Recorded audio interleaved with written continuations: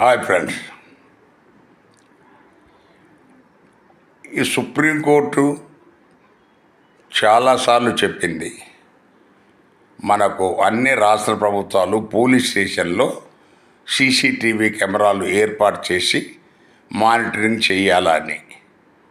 కానీ దాన్ని చాలా రాష్ట్ర ప్రభుత్వాలు అమలు చేయలేదు.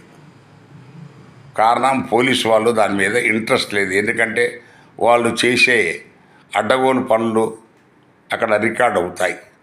సో అందువల్ల నిజాయితీగా ఉంటే వాళ్ళకు భయం లేదు, వెంటనే పెట్టేయచ్చు.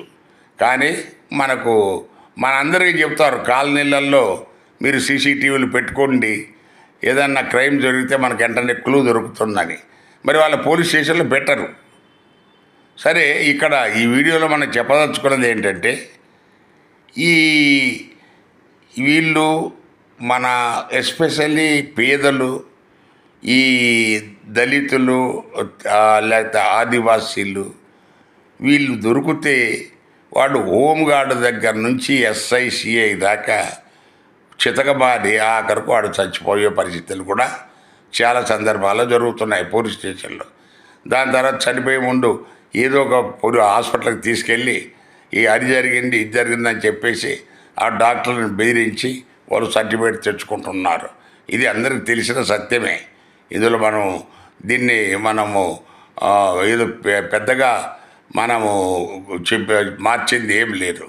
కానీ ఇక్కడ వీడియోలో చెప్పదలుచుకున్నది ఏంటంటే, దయచేసి సుప్రీంకోర్టు వాళ్ళు ఒక తీర్పు మనకు చట్టబద్ధంగా చేయాలి.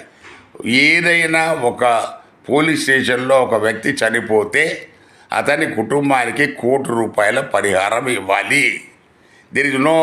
ఇందులో ఎలాంటి అధికారులకు ప్రభుత్వాలకు ఎలాంటి డిస్క్రిప్షన్ లేదు. ఖచ్చితంగా ₹1,00,00,000 ఇవ్వాలి. అది నెల రోజుల లోపల ఇవ్వాలి.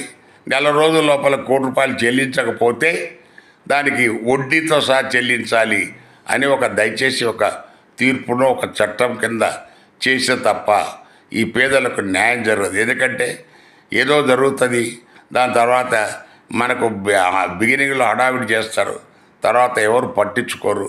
ఆ కుటుంబము నిరాశ్రయులు, నిరాదరణకు గురవుతుంది, దిక్కులేని వాళ్ళు అవుతారు. దయచేసి ఆలోచించండి. Thank you.